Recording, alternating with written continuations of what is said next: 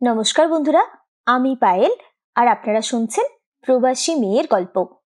এখন আমি আপনাদের পড়ে শোনাচ্ছি একদম ছোট্ট একটি গল্প, শচীন্দ্রনাথ বন্দ্যোপাধ্যায়ের লেখা গল্প একদিন রাত্রে। গল্পটি কেমন লাগলো নিচে অবশ্যই কমেন্ট করে জানান।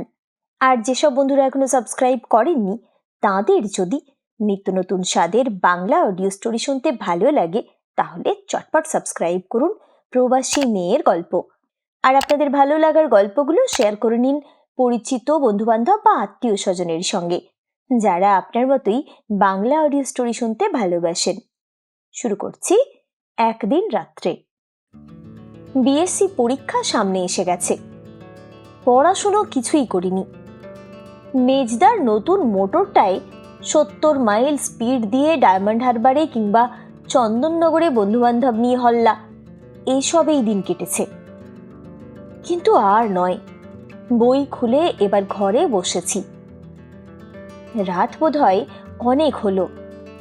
বৈঠকখানা থেকে বর্দার ব্রিজের আসরের তর্কাতর্কি আর কানে আসছে না। মেজদা ডাক্তার অনেকক্ষণ রোগী দেখে ফিরে এসে তার ঘরে শুয়ে পড়েছেন। কেটে গেছে আরো বেশ কিছুক্ষণ। এবার ঘুম পাচ্ছে, রীতিমতো ঢুলে পড়ছি। কিন্তু না, ঢুললে চলবে না, ঘুমোলে চলবে না। খাতা নিয়ে অঙ্ক কষতে শুরু করলাম। অঙ্ক কষছি। এমন সময়ে দরজার পাল্লা ঠেলে হঠাৎই মেজদার আবির্ভাব। বললেন, ওরে একটু আমার সঙ্গে চল তো, ড্রাইভার বাড়ি চলে গেছে, এদিকে কলও এসে গেছে জরুরি, না গেলেই নয়।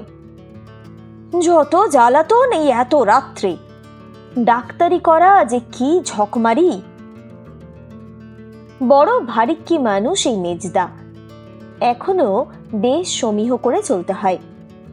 বর্দা হলে না হয় একটু আপত্তির গুনগুনানি তুলতাম, কিন্তু মেজদা, ওরে বাবা, তবেই সর্বনাশ। নিরুত্তরে চললাম মেজদার সঙ্গে। গাড়ি বার করলাম গ্যারেজ থেকে। মেজদা এসে পাশে বসলেন, আর ভেতরের সিটে বসলো একটি মধ্যবয়স্ক গেঁয়ো লোক। এই লোকটি বুঝি ডাকতে এসেছিল মেজদাকে। ওই বোকা বোকা ভালো মানুষ গোছের লোকটার মুখের দিকে তাকিয়ে মনে মনে যা চটলাম ওর ওপরে তা বলার নয়। বেটা এত রাত্রির করে এসেছে ডাক্তার ডাকতে, না হয় অন্য ডাক্তারকে ডাক, তা নয় মেজদা কি চাই। কেন, সারা শহর জুড়ে আর কোনো ডাক্তার ছিল না? নির্জন রাস্তা, রেগে মেগে দিলাম স্পিড বাড়িয়ে যতটা পারি। এ রাস্তা সে রাস্তা করতে করতে শহরের প্রায় বাইরে অন্ধকার এক কানা গলির সামনে লোকটা দাঁড় করালো আমাদের। তারপরে গাড়ি থেকে নেমে মেজদাকে বলল, একটু বসুন ডাক্তারবাবু, আমি লণ্ঠনটা নিয়ে আসি, বড় অন্ধকার। ওদিকে তখন লোডশেডিং চলছিল বোধহয়। লোকটা দেখতে দেখতে গলির মধ্যে অদৃশ্য হয়ে গেল। আর তার কয়েক মুহূর্ত পরে গলির মধ্যে থেকে বেরিয়ে এলো আরেকটি মধ্যবয়সী লোক, ওই অন্ধকার থেকেই। হাতে কোনো লণ্ঠন বা টর্চ ছিল না। মোটরের কাছ বরাবর এসে আমাদের দুজনকে দেখে একটু থমকে দাঁড়ালো। বলল, ডাক্তারবাবু বুঝি? মেজদা মাথা নাড়িয়ে জানিয়ে দিলেন, হ্যাঁ আমি ডাক্তার। লোকটি বললে, আর দেখে কি করবেন বাবু, রোগীর ওদিকে হয়ে গেছে। বলেই আর দাঁড়ালো না, গাড়ির পাশ কাটিয়ে চলে গেল যেন কোন দিকে। আমরা নির্বাক। একটু পরেই এলো সেই আগের লোকটি লণ্ঠন হাতে।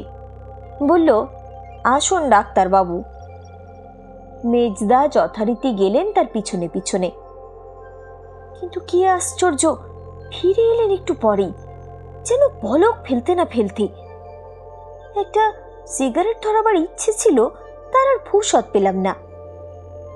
মেজদা হাতের ব্যাগটা ভিতরে রেখে দিয়ে বসলেন এসে আমার পাশে। বললেন, দেরি করিসনি, শিগগির স্টার্ট দে। গলাটা ওর যেন একটু ধরা ধরা, স্বরটা কাঁপা কাঁপা। দিলাম গাড়ি চালিয়ে। একটুক্ষণ চলবার পর মেজদা বললেন, হ্যাঁ রে, যে লোকটা আমাদের কাছে এসে বললে রোগী মরে গেছে, তার মুখখানা লক্ষ্য করেছিলি? হ্যাঁ, ন্যাড়া মাথা, কালো পানা মুখ, চোখ দুটো। সেই লোকটি রোগী। গিয়ে দেখি বিছানায় মরে কাঠ হয়ে পড়ে আছে। কথাটা বলেই মেজদা আমার দিকে একটু ঘন হয়ে সরে বসলেন।